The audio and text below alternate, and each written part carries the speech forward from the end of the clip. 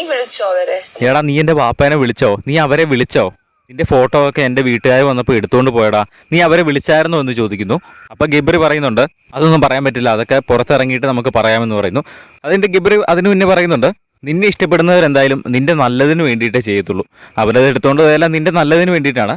നിന്നെ അവർ ഇഷ്ടപ്പെടുന്നുണ്ടല്ലോ, അപ്പോൾ നിന്റെ നന്മയ്ക്ക് വേണ്ടിയിട്ട് മാത്രമാണ് അവരങ്ങനെയൊക്കെ ചെയ്യുന്നത്.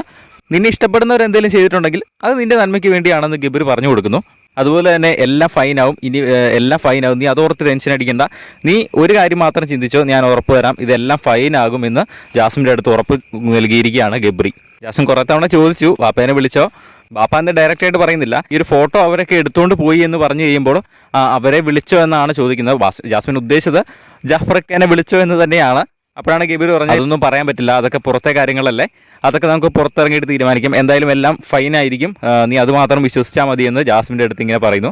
ജാസ്മിനും ഗബ്രിയും കൂടെ ഒരുപാട് കാര്യങ്ങൾ പറയുന്നുണ്ട് കേട്ടോ. വേറെ ആർക്കും തന്നെ ഇന്ന് സ്ക്രീൻ സ്പേസ് കിട്ടത്തില്ല എന്നുള്ള കാര്യത്തിൽ 100% ഉറപ്പാണ്. എന്തായാലും ലൈവിൽ വരുമ്പോൾ തന്നെ എല്ലാ കണ്ടന്റ് അപ്ലോഡ് ചെയ്യുന്നതായിരിക്കും. ചാനൽ സബ്സ്ക്രൈബ് ചെയ്യുക.